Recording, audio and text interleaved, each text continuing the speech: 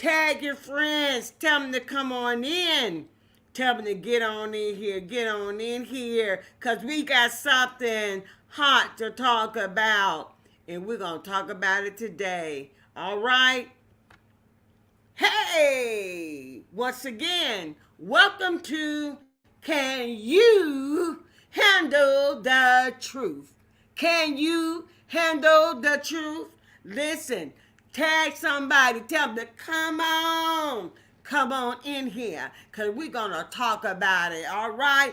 Only after 2 or 3 days of dating, now you want him to buy your groceries and your kids' clothes. You want him to buy your groceries and your kids' clothes, all right? This is only dating after 2 or 3 days.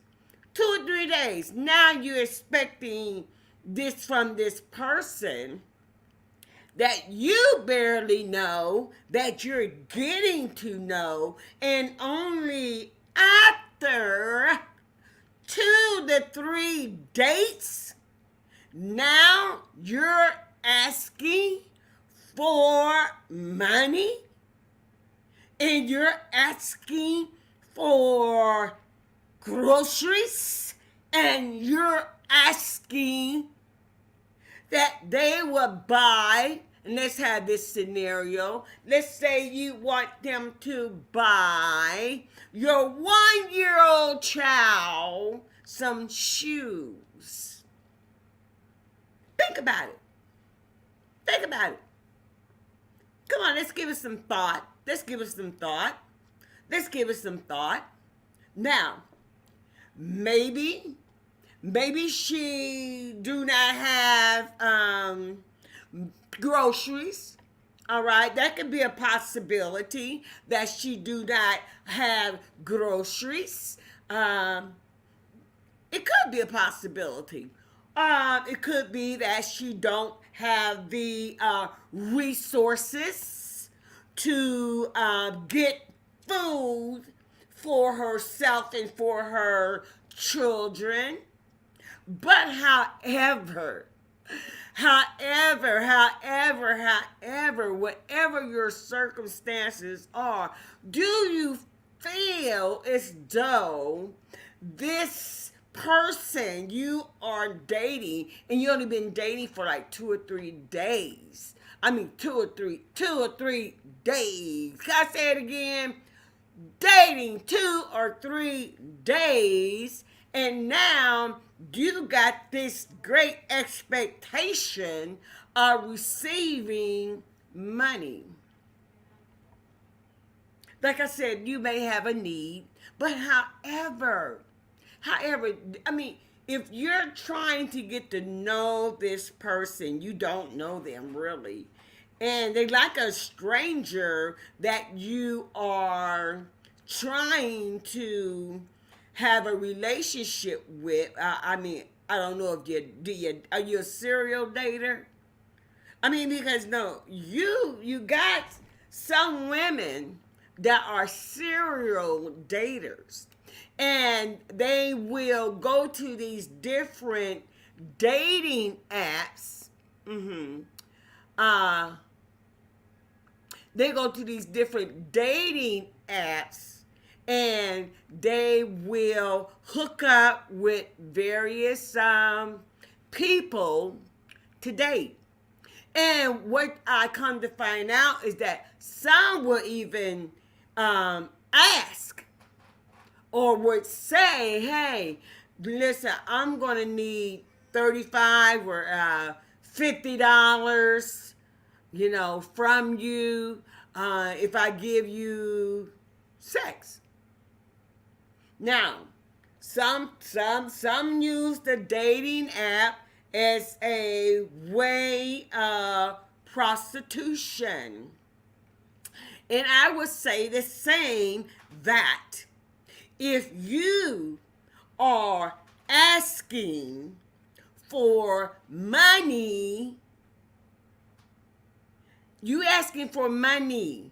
You think people are just freely giving you money? Do you think that they are going to just freely give you money and get nothing in return? I don't know who you met or who you've been talking to even think about asking this person about some monies, and you only been on them 2 to 3 days. 2 to 3 days trying to get to know this person trying to get to know you. Now you're asking for money. Do that even sound right?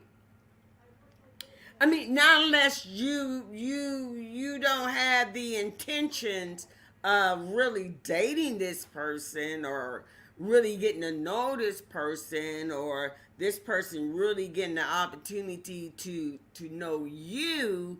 I don't know whether or not what are your real true intentions. What are your true intentions when you ask your date to buy groceries or to buy your child a pair of shoes and they refuse to do so? However, you become angry. The woman becomes angry. The woman becomes angry only because they refuse to buy the groceries, or they refuse to give up monies for your kid to have a pair of shoes. Now we got some people on TikTok that want to come in on the conversation, and I'm getting ready to grab this here and allow them to come in the conversation to voice their opinion. All right, so let me grab this phone here and let's talk to our viewers on TikTok. All right, let's talk to our viewers on TikTok. We got a couple of people that would like to be invited in. I got a couple of people that would like to be invited in. I got them in here. I just sent you an invite. All right, and we have here Cafeteria Talk. Thanks for joining in the conversation. We would like for you to speak up a little louder, please. Okay, can you hear me now? Yes, I can hear you now, but I'm getting ready to. What I'm going to bring the phone closer to me. Hello? Yes. It says live pause. Can y'all hear me out there in TikTok world? I believe it can. Okay, yeah, it TikTok says can hear you. I just wanted to make sure my people on Facebook can hear you, and also on YouTube are able to hear you as well. Okay. cool. Cool. Thanks for joining in. Thanks for joining in the conversation. Appreciate it.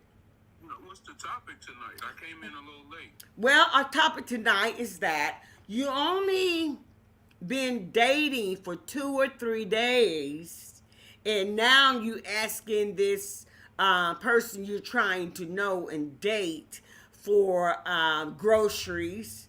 You're asking them to buy this scenario, to buy your 1-year-old some shoes, and you become angry because they would not comply. So, You become angry because they wouldn't comply? yes. Comply with what? Say it again. You you saying the person who asks is getting angry because the person that they asked didn't comply? Absolutely. The person that asks is becoming angry because the date would not comply. Yeah. Yeah. So that sounds like privilege. Sounds like spoiled. And like I always say, the only way to get people to change their energy or their frequency is a no or a death. So you have to tell that person no. You had to tell that person no. Okay. All right. So that person, and I'm just repeating what you said, just in case my other viewers did not hear you clearly. Um, that so you're saying that person that became angry is an individual that believe they are privileged, correct? They might not know that they're privileged, but yes, they're moving like privilege. Okay, they may not know like they are privileged, but moving like they are privileged. Oh, that is a good one. They moving like they are privileged, but in all reality, you're not privileged, but you think you are because you had the I think what I'm gonna say is you had the audacity to even ask, plus to even become angry because the person refused to give you monies for these things you are requesting. Mm-hmm. Hmm. Yeah, so I don't know about audacity, but sometimes people's love language or the way that they respond to situations might not be what we think it should be, but it is perfect because the environment that they come from, they learn to respond like that. Okay. No, the universe is only going to produce with what it has to work with. So the way that they respond might not be how we like it or how we expect a response to be like, but it's what we got. Some people's love language is that way, or some people be grown and throw a grown person temper tantrum. That is so true. That is so true. But okay, now let me engage you in this particular part of the conversation. Um, do you do you think that the person, the person they asking money from, do you think that person was wrong in saying no? Not at all, because you should know that when you ask a question, that the question is the coin, and there's a head and a tails to that coin. So it could go in your favor or it could not go in your favor. It's a 50-50 chance. But we have a comment over here on TikTok that's from Ferrani. Says Uh-huh. the type of person that gets angry simply isn't mature. Yep, they definitely can be immature in ways or ignorance. Absolutely, absolutely. I totally agree with that. They simply not mature. Uh, but however, what do you believe? Do you believe that dating now has become like a bargaining chip? Like, no, if you do this for me, then I expect money. So whenever we get in a relationship with anybody, whether if it's a work relationship or a platonic relationship, or it don't matter. Whatever we get in a relationship, we are there to benefit self in some way.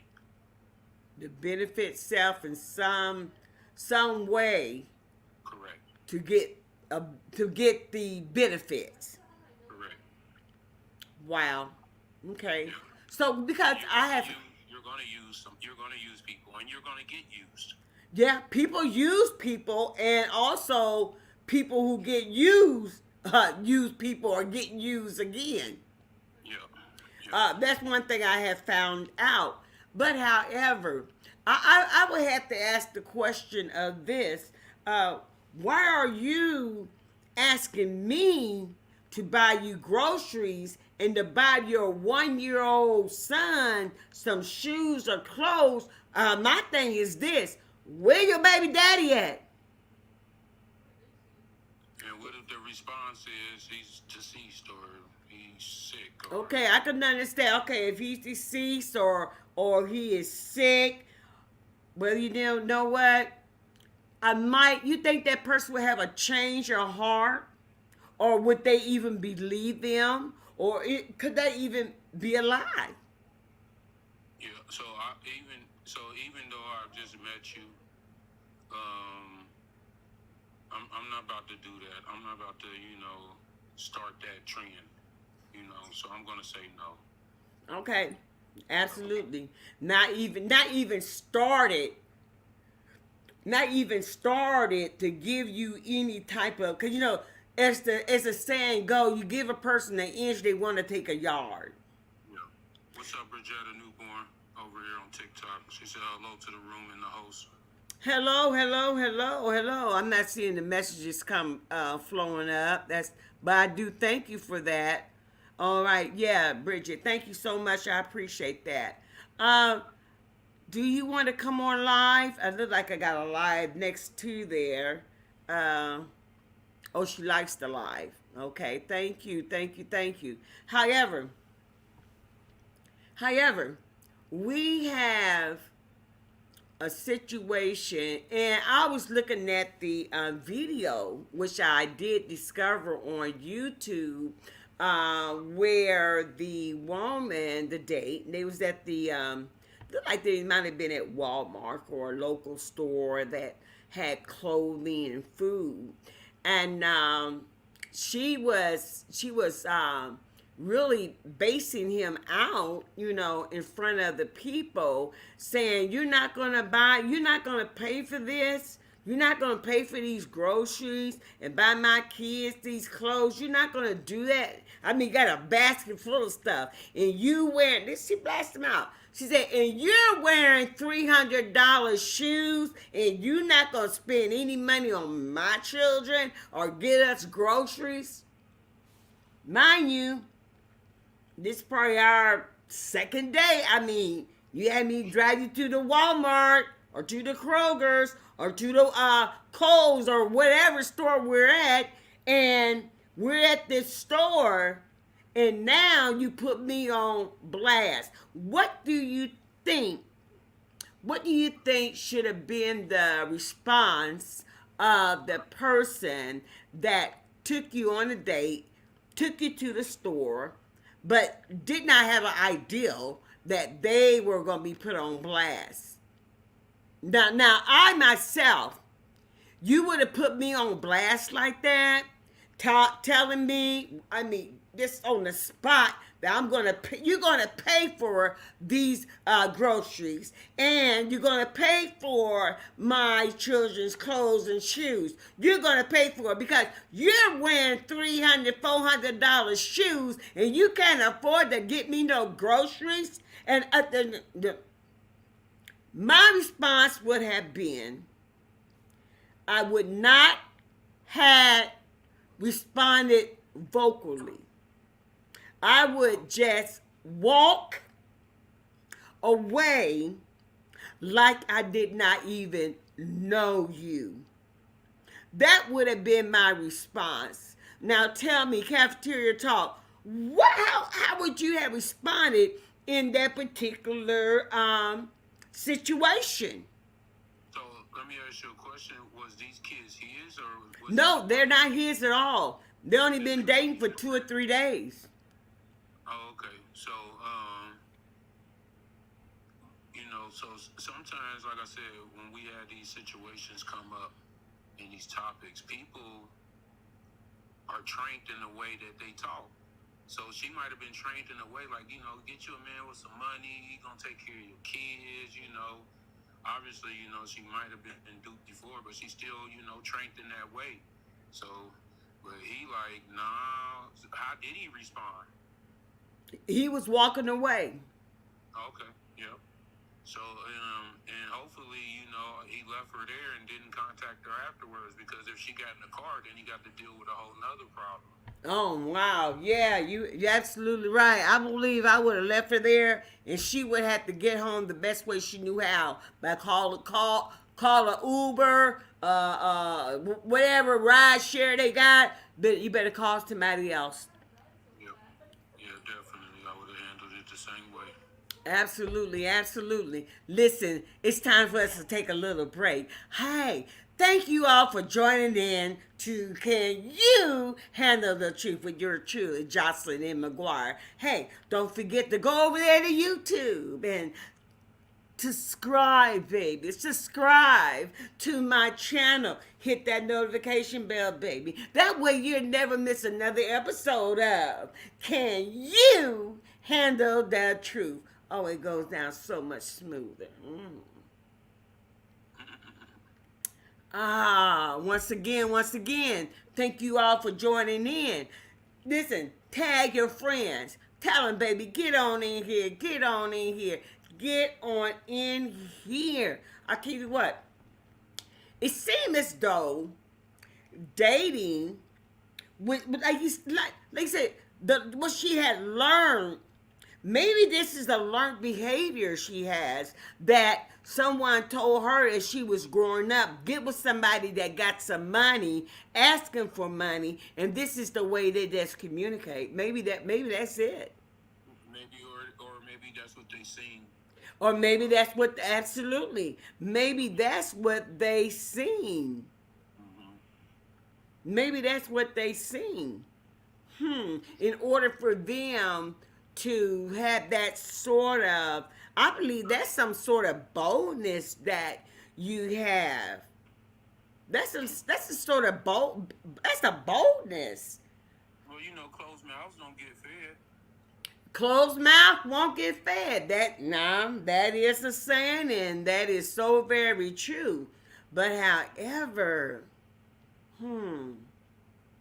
I guess that was their view of it. If I don't open my mouth and ask, then I won't know. So we really don't have free will. Because Say it again. we really don't have free will. What do you mean that we really don't have free will? Because what you say, I'm judging it or I'm registering it. So you can't just speak freely without being judged. You can't speak freely without being judged. That is so true because the first judgment is going to be, was she a trick? Or she think I'm a trick? Or what's going on here? I mean, like, I thought we were going to try to get to know each other. We only been on 2 dates. Yep. But he did exactly what I did because I would have been like, oh, she definitely is not talking to me, so let me get up out of here. Exactly. And I think that's if you ever in a situation such as what we was giving the scenario, the best thing to do is not to even be verbal.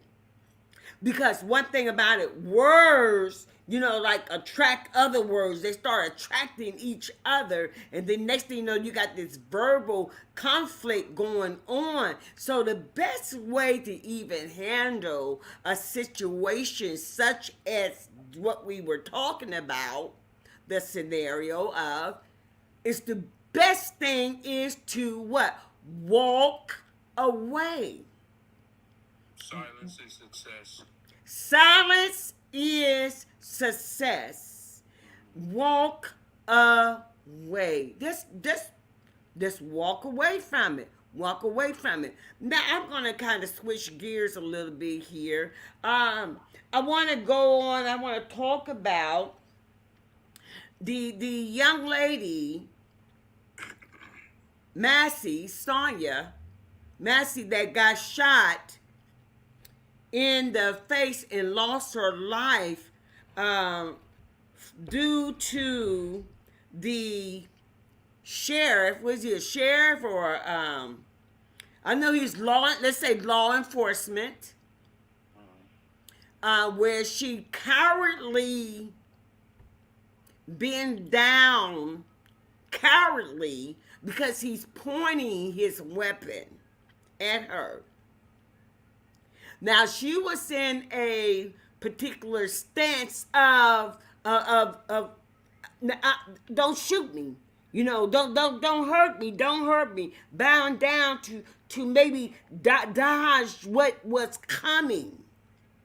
to her. But, however, he shot her anyway, and the only thing she had in her hands was the mittens, the oven mittens. You know that you pick up hot items with.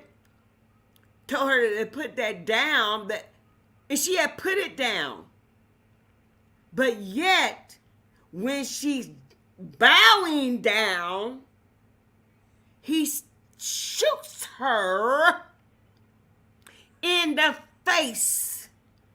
He did a what would they call it? He did like an assassinate. This is a headshot, which is a deadly shot that will what? Aim to what? Kill you. Thank you, Shay, for sending the gift. Thank you for sending the roses. Appreciate it. Thank you, thank you, thank you. Thank you. And the bullseye, thank you ever so much. Thank you, guys. Listen, why do you think that law enforcement, and not all law enforcement, are killers? Why do you think this occurred with this young lady? Why would he do such an act? Yeah. So we have to look at the origin of police. Look at the origin of the police community. Yeah. And you will see why a lot of them act or respond in a way that they do. This is what their ancestors did. So when you say this, they respond in a way because they were trained, and they use this ancestor review of capturing slaves. Okay, so now we got it looks more so like a color racial No. incident. What do it look like to you? It has nothing to do with race. It has nothing to do. Okay, Mr. Cafeteria talked. He said it has nothing to do with race. What do it have to do with? It's about hierarchy. About hierarchy. It's about hierarchy. Yeah. Because technically, anybody who pays taxes is enslaved. So even though the police are police enslaved, they are enslaved as well. But it doesn't have anything to do with color. Well, if you say it don't have anything to do with color, then why is it that we're always viewing that the black community, the black race, seem to always come up on the end of death by officer? Yeah. So there's also whites that come up deceased as well. But when it comes to blacks, it's just they tell us that we are a part of the minority when actuality we are part of the majority. So that's why we have so many instances, because it's a lot of us. You think because it's more of us, then the number will be higher Yeah. with the death toll being assassinated or your life taken by a police officer. Yeah. You know what? No, I'm thinking about now. Excuse me. No, I'm thinking about now. When I had to switch my mindset because you were saying that this has nothing to do with race. Now that you had said that and it registered in my mind a bit, I can go back to a police incident, and I believe it was in Louisiana, where the black officers killed a black individual. Yeah. And it was unnecessary. Let me use this word: unnecessary force. Yeah. Yeah. So I would have to go ahead and take back what I said that is a racial thing, and apparently it's not a racial thing. Once my mind went back to another incident of a officer taking the life of an individual, and these were black officers, more than one, Yeah. more than two, Yeah. It's a more than tradition. three. It's a traditional thing. You believe that this is a traditional thing? Yes. And why would you say that? Because of the situation in Louisiana, like you said, black officers killed a black man. Yeah, black officers killed a black man. Yeah. Yeah, and the thing about it is when it comes to that unnecessary force, why it seems like it's just like evil come out of them, like the baddest of the baddest comes out of them, as to where they want to kick the person, they want to knee the person, they want to the person is in handcuff and they want to beat on the person while they are they no threat. They do not show any threat. So just imagine the stories of their grandfathers or great grandfathers who they followed in the footsteps to be a police officer with. There's a lot of police officers following the footsteps of someone else. Yeah, it's like a family thing of being a police officer.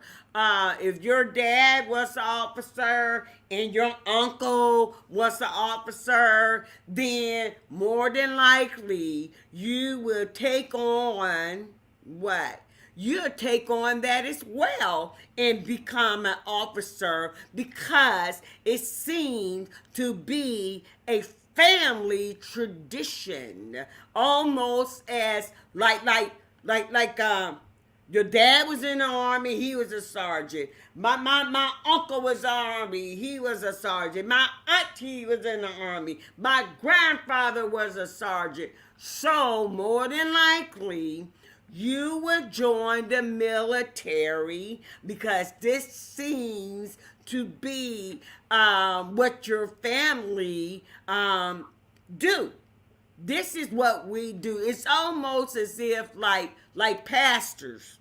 Okay, you ever seen that? The pastor, then the grandfather was a pastor, then the son becomes a pastor, and then the great grandson becomes the pastor, then the great grandson becomes. It seems to be a thing that this tradition, or this is what our family do. Because I met a family not too long ago whose father is a bishop, has like five or six sons, and it's like all six sons are pastors.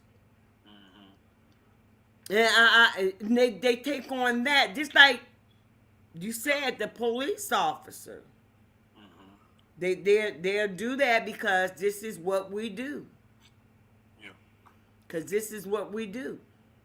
So I think it's a little deeper than that. I think it's about energy, and the energy gets transferred down to the reproduction. When we reproduce, to help facilitate that new body. The energy facilitate the new body. So it's all about the energy that one carries. Is that basically what you're saying? And that energy comes from a bigger source, an older source. Okay, so the energy comes from a larger source. Mm-hmm. Yeah. larger source, however you want to see it and say it. Mm-hmm. Yeah. And so when that source come in and it wants to be a police officer, and I reproduce, and I either train that reproduction of what I did, or how to do or be like a police, or I could tell him stories, or I could feed him movies, or I could Right. do whatever to train him like this is your next step in life. And the reason why is because of the energy that I had first that I put to facilitate the avatar of this new little baby. Okay. Let me ask you this. Let me ask you this. Since we talk about energy that may pass on, this is the energy they have. Can they? Can this one energy that I'm speaking of, like you have a father or a mother, and the father is a, let's say the father is a man that sells a drug dealer, okay, or he is a pimp that no prostitute women out and make money from their bodies or whatever acts that they do, or your mother is a prostitute. Do you think the chances are more so that the offspring from these particular individuals' character will carry on to their offspring and become like a drug dealer or become a pimp or a prostitute? So, um, so when it comes to that, there's really no right or wrong on how you get your money. It's all because we got colonized and some people wrote it down and said, hey, we got y'all enslaved, but we don't want y'all making money this way. So, any way that people get money, yeah, if they're a hustler, then that's a frequency, that's an energy. And yes, their son could follow in their footsteps, or daughter could follow in their footsteps, or instead of being a drug set, a prostitute, they can be a lawyer because they'll take that same energy. Or instead of being a drug dealer, they can be a doctor. It takes the same energy. Mm-hmm. Yeah, it's just all about how it's directed as a child. Okay. All right. Thank you for that. Thank you for that. Thank you for that. But let's switch gears again. You know, the other evening, we was having this conversation about overcorrecting. Mm-hmm. From experiences from being a child, how you may have lacked some things in your family coming up as a child, and then when you become an adult, you seem to over correct. You seem to overcorrect. Now I'm just gonna go ahead and just put it on out there. I got as a child growing up, I grew up in a family where it was me, my sister, my brother, my mother, and my father. So we grew up as a family. However, my mother and father did not work out, so they later divorced.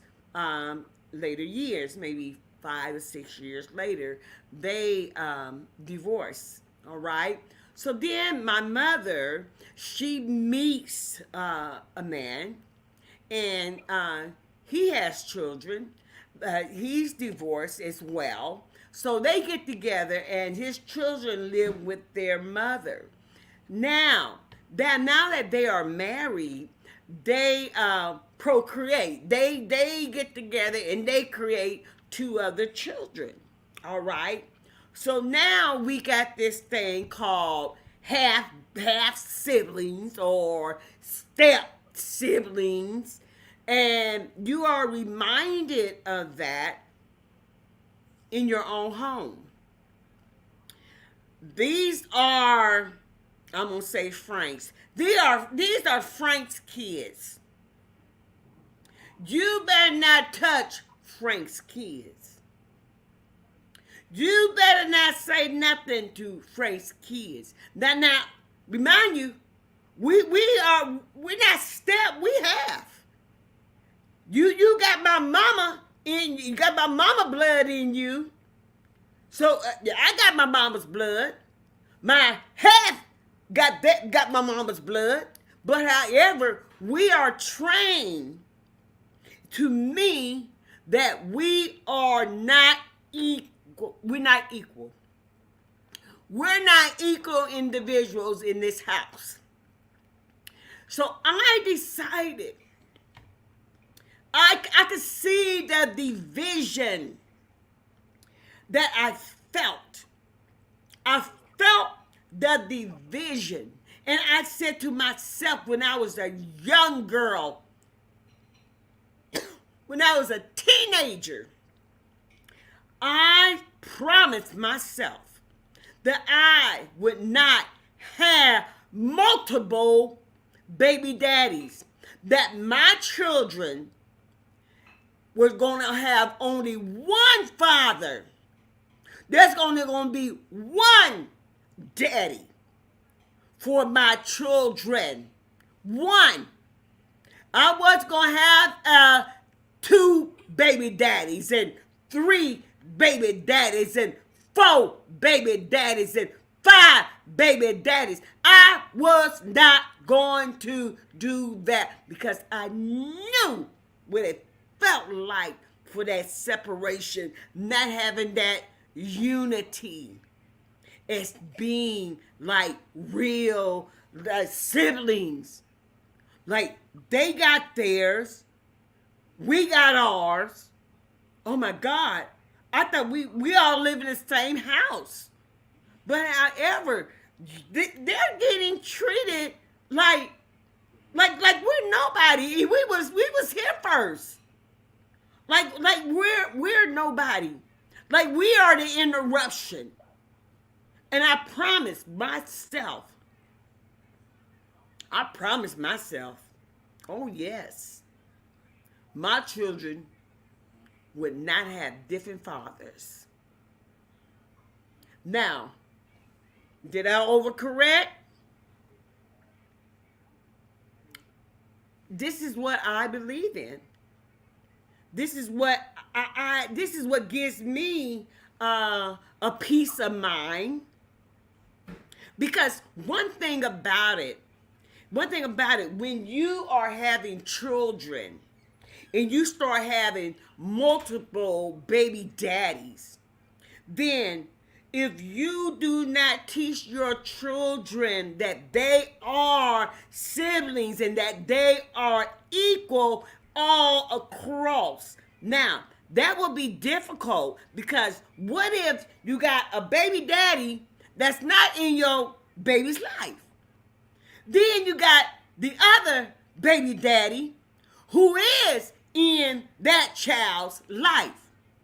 That baby daddy comes and picks up their child and leave the other sibling behind because it is not their child. He is not the father of that child.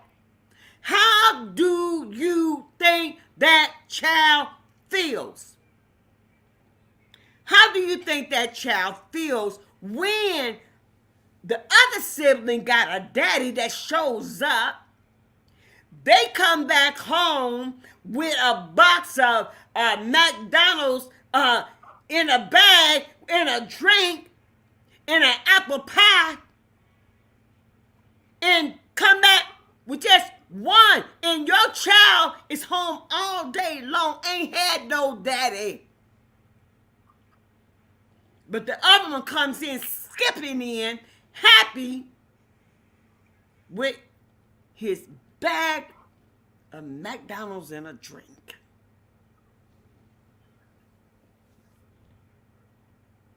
How you think that makes your other child feel? Now, can you make the demand that, no, when you bring Johnny back home, you better bring back two Happy Meals. It all depends on what the parent or what his influence is telling him how to feel about that. Because he don't necessarily have to feel any type of way. Because each child receives different levels of love, even if they was in the same household with two parents. Each child does not receive the same level of love. So you saying each child do not receive the same level of love, even though they are in a household with the one parent Or both parents. or both parents. Yep. But what we're saying is this. That now that may be true, but what we're saying is this. There only one parent, okay, that's in the house. Okay. One parent that is in the house. And two kids, and both of them have separate daddies. Two kids with separate fathers. Yep. Yep. So a child has to be taught how to respond, because we don't come out the womb knowing. A child has to be taught how to respond because we do not come out of the womb knowing anything. And that is the truth. That is the truth. I have some other people that would like to be invited in. Let me see here. Get a female point of view. Regina. Gonna see if they're gonna accept that invitation to come on in and voice their opinion, which everybody is entitled to. So also, when it comes to learning how to respond, if everything is written, right? Mm-hmm. If everything was already written, then wouldn't having kids be like a karmic debt? Because you know you have to come here to take care of some kids in your spiritual form. It would be like a caramel debt. Karmic debt.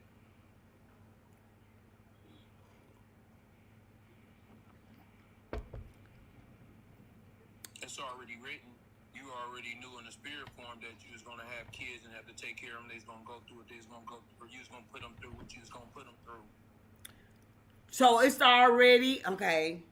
It's used already before you was formed. I already knew you. However, a lot of people are not spiritual. So we would have to address the scenario in the carnal mind. So in the carnal mind, how would this situation be taught that you are no less than your sibling, that dad came and got them, that you are no less loved?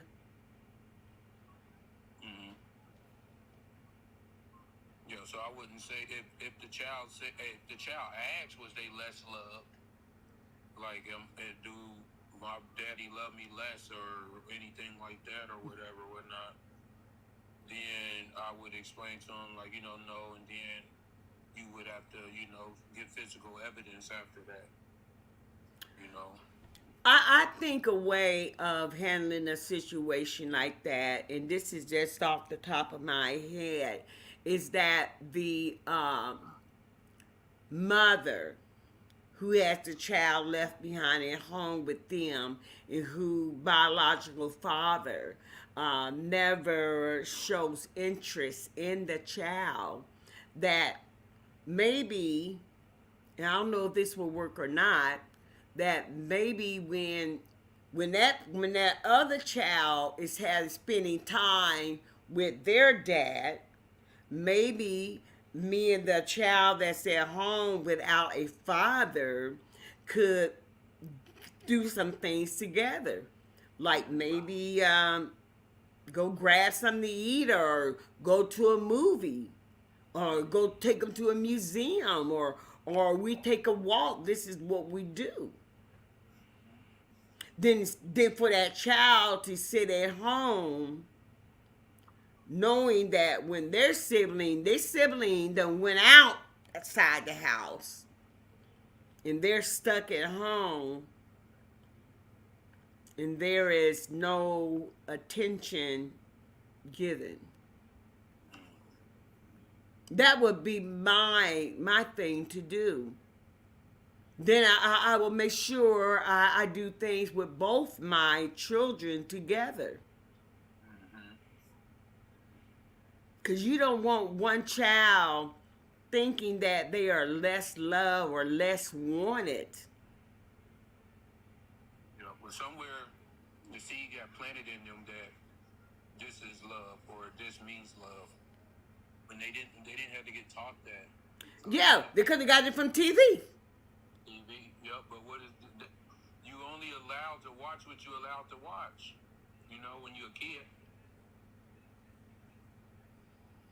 Unless the parent ain't there and you raising yourself.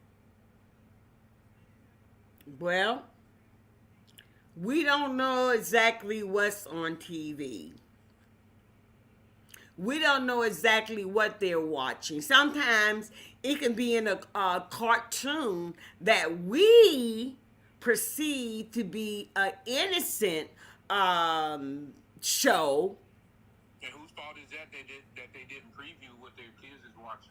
That's the parents' fault.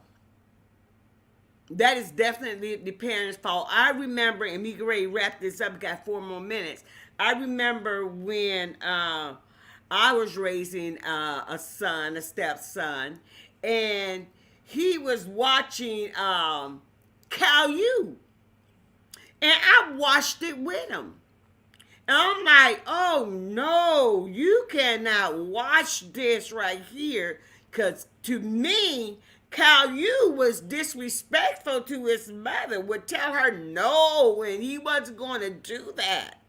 So it's very important that parents sit down and review whatever your child is watching, because wherever your child is watching is an influence on them. If you don't intervene and say, hey, this is not right, or you don't intervene and say, no, you shouldn't do things like that, then guess what? There's no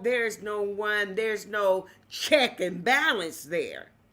That this child is basically, like you said, basically raising themselves by watching whatever they watch without the parent reviewing what they watching with them.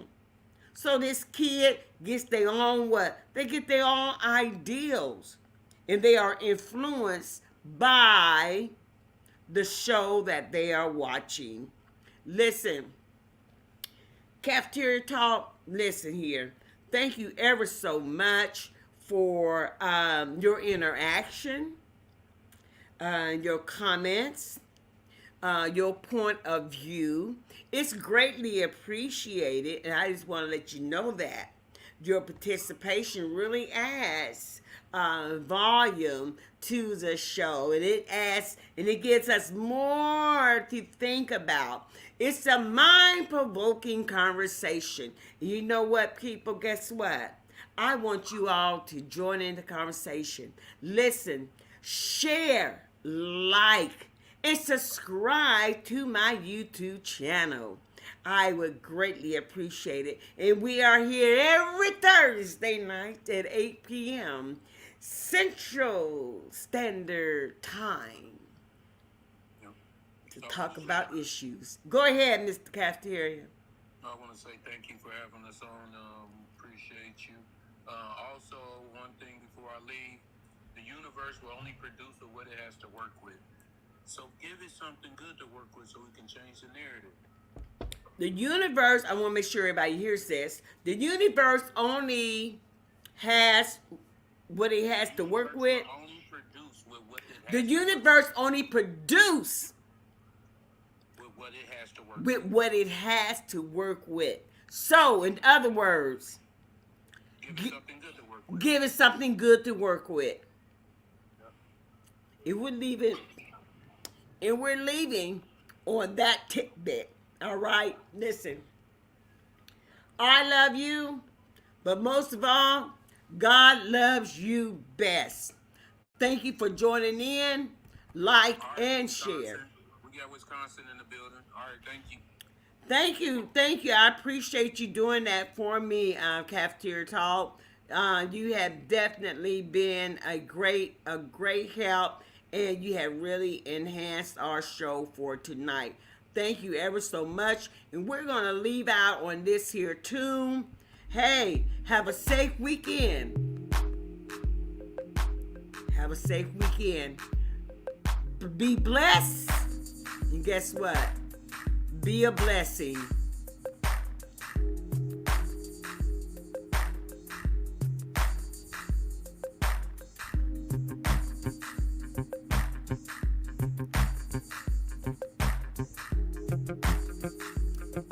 Be blessed. And once again, be a blessing.